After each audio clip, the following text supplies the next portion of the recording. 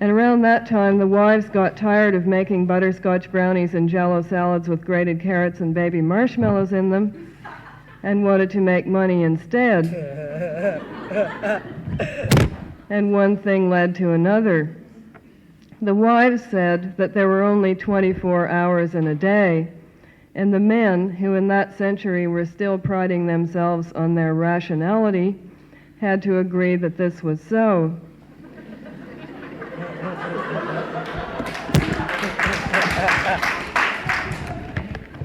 For a while they worked it out that the men were in charge of the more masculine kinds of food, roasts, chops, steaks, dead chickens and ducks, gizzards, hearts, anything that had obviously been killed, that had visibly bled. The wives did the other things, the glazed parsnips and the prune whip. Anything that flowered or fruited or was soft and gooey in the middle. That was all right for about a decade. Everyone praised the men to keep them going, and the wives, sneaking out of the houses in the mornings with their squeaky new briefcases, clutching their bus tickets because the men needed the station wagons to bring home the carcasses,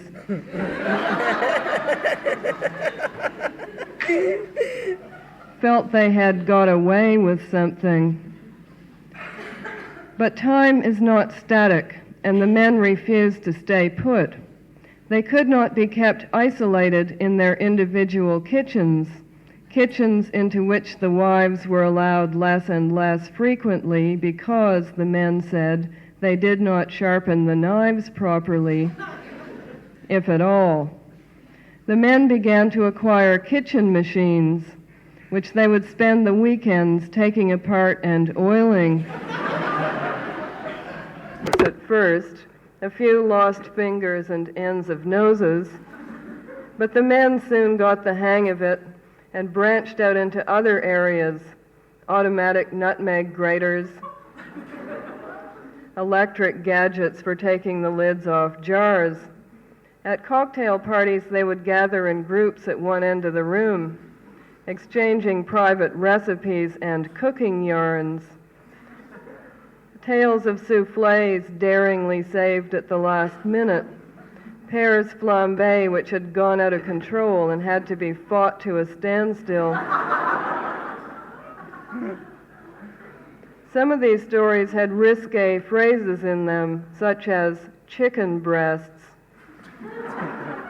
Indeed, sexual metaphor was changing. Bowls and forks became prominent, and egg beater, pressure cooker, and turkey baster became words which only the most daring young woman, the kind who thought it was a kick to butter their own toast, would venture to pronounce in mixed company. Men who could not cook very well hung about the edges of these groups, afraid to say much, admiring the older and more experienced ones, wishing they could be like them. Soon after that, the men resigned from their jobs in large numbers so they could spend more time in the kitchen. The magazines said it was a modern trend. The wives were all driven off to work, whether they wanted to or not. Someone had to make the money, and of course they did not want their husband's masculinity to be threatened.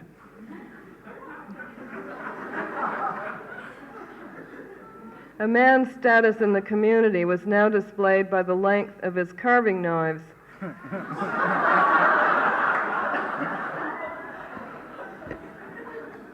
By how many of them he had, and how sharp he kept them, and by whether they were plain or ornamented with gold and precious jewels. Exclusive clubs and secret societies sprang up. Men meeting for the first time would now exchange special handshakes, the bechamel twist, the chocolate mousse double grip, to show that they had been initiated. It was pointed out to the women, who by this time did not go into the kitchens at all, on pain of being thought unfeminine, that chef, after all, means chief, and that mix masters were common, but no one had ever heard of a mix mistress. Psychological articles began to appear in the magazines on the origin of women's kitchen envy,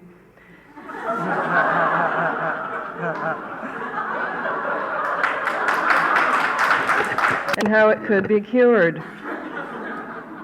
Amputation of the tip of the tongue was recommended, and as you know, became a widespread practice in the more advanced nations. If nature had meant women to cook, it was said, God would have made carving knives round and with holes in them.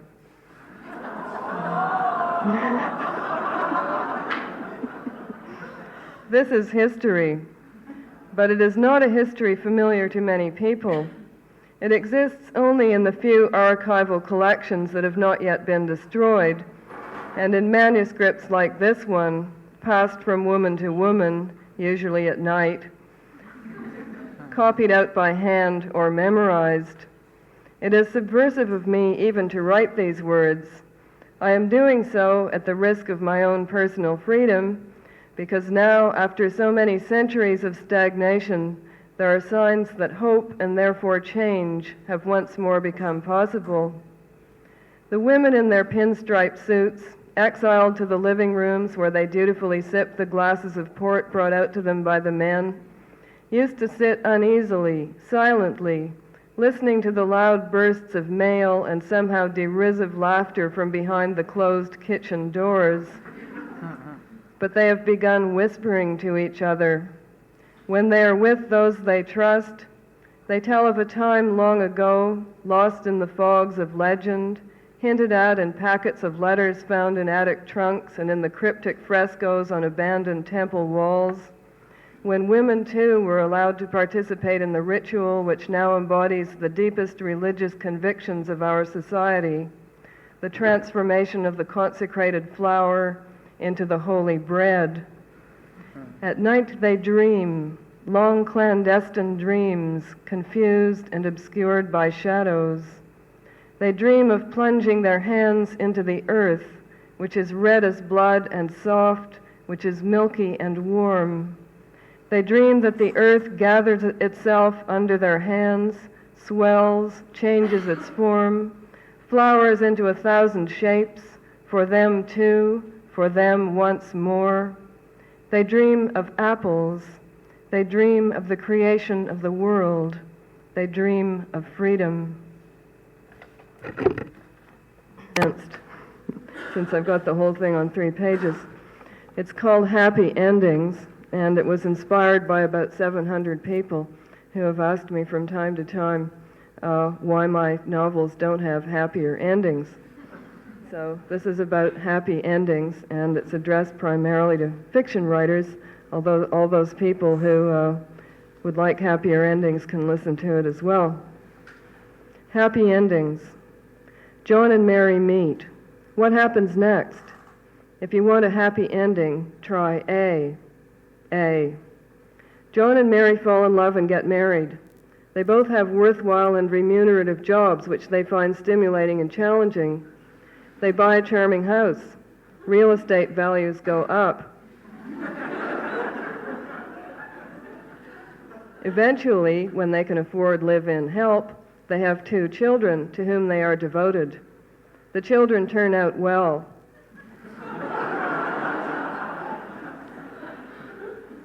John and Mary have a stimulating and challenging sex life and worthwhile friends. They go on fun vacations together. They retire. They both have hobbies which they find stimulating and challenging. Eventually, they die.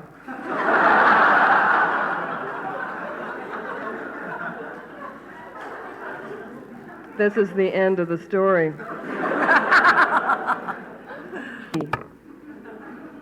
Mary falls in love with John, but John doesn't fall in love with Mary. He merely uses her body for selfish pleasure and ego gratification of a tepid kind. He comes to her apartment twice a week, and she cooks him dinner. You'll notice that he doesn't even consider her worth the price of a dinner out. And after he's eaten the dinner, he fucks her, and after that he falls asleep while she does the dishes so he won't think she's untidy, having all those dirty dishes lying around, and puts on fresh lipstick so she'll look good when he wakes up. But when he wakes up, he doesn't even notice. He puts on his socks and his shorts and his pants and his shirt and his tie and his shoes, the reverse order from the one in which he took them off. He doesn't take off Mary's clothes. She takes them off herself. She acts as if she's dying for it every time, not because she likes sex exactly, she doesn't, but she wants John to think she does, because if they do it often enough, surely he'll get used to her, he'll come to depend on her, and they will get married. But John goes out the door with hardly so much as a good night, and 3 days later he turns up at 6 o'clock and they do the whole thing over again. Mary gets run down.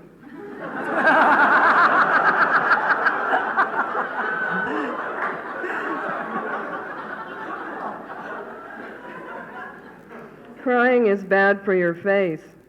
Everyone knows that, and so does Mary, but she can't stop. People at work notice. Her friends tell her John is a rat, a pig, a dog. He isn't good enough for her, but she can't believe it. Inside John, she thinks, is another John who is much nicer. Like a butterfly from a cocoon, a jack from a box, a pit from a prune. If the first John is only squeezed enough. One evening, John complains about the food. He has never complained about the food before. Mary is hurt. Her friends tell her they've seen him in a restaurant with another woman whose name is Madge. It's not even Madge that finally gets to Mary, it's the restaurant. John has never taken Mary to a restaurant. Mary collects all the sleeping pills and aspirin she can find and takes them and half a bottle of sherry. You can tell what kind of a woman she is by the fact that it's not even whiskey. She leaves a note for John. She hopes he'll discover her and get her to the hospital in time and repent, and then they can get married, but this fails to happen, and she dies. John marries Madge, and everything continues as in A.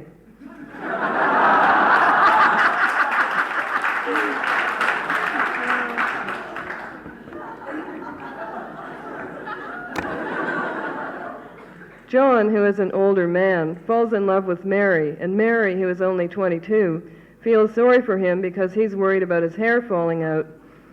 She sleeps with him even though she's not in love with him. She met him at work. She's in love with someone called James, who is 22 also and not yet ready to settle down. John, on the contrary, settled down long ago. This is what is bothering him.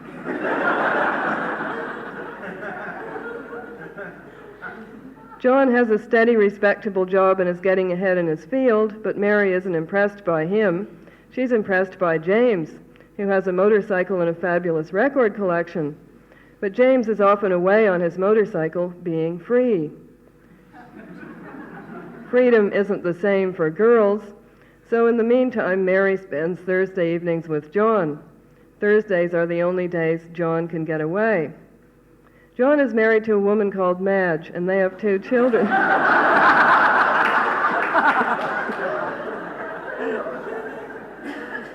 A charming house which they bought just before the real estate values went up, and hobbies which they find stimulating and challenging when they have the time. John tells Mary how important she is to him, but of course he can't leave his wife because a commitment is a commitment. He goes on about this more than is necessary, and Mary finds it boring, but older men can keep it up longer, so on the whole she has a fairly good time.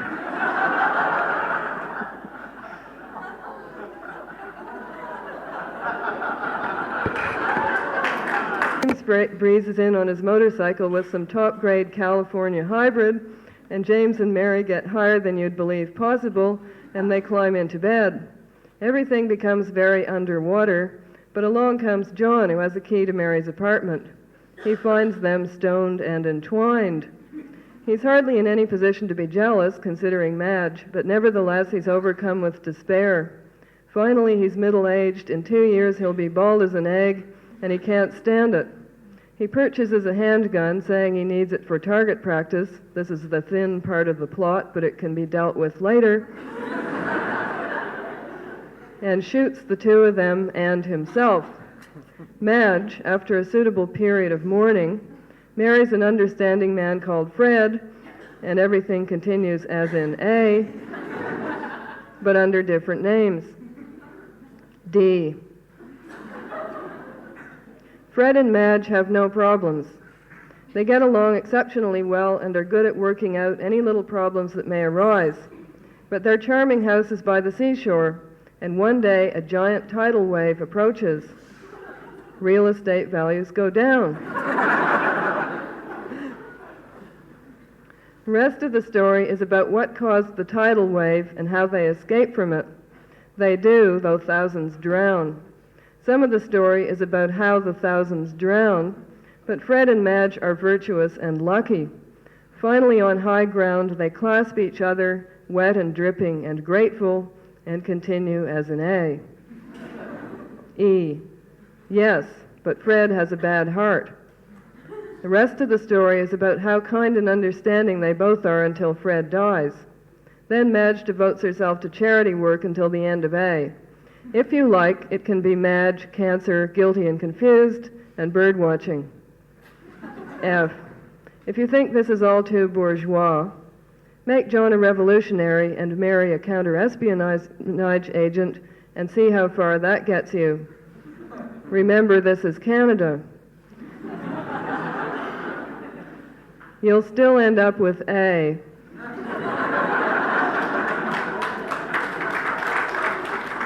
Though in between, you may get a lustful, brawling saga of passionate involvement, a chronicle of our times, sort of. You'll have to face it, the endings are the same however you slice it. Don't be deluded by any other endings, they're all fake. Either deliberately fake with a malicious intent to deceive, or just motivated by excessive optimism, if not by downright sentimentality. The only authentic ending is the one provided here. John and Mary die. John and Mary die. John and Mary die. So much for endings. Beginnings are always more fun. True connoisseurs, however, are known to favor the stretch in between, since it's the hardest to do anything with. That's about all that can be said for plots, which anyway are just one thing after another, a what and a what and a what. Now try how and why.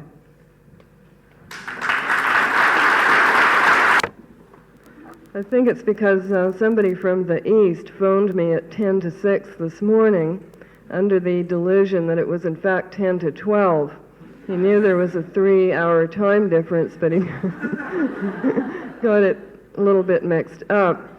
And it wouldn't have been so bad if he hadn't phoned back 20 minutes later to apologize for having hung up so abruptly, which he did because his office had caught on fire.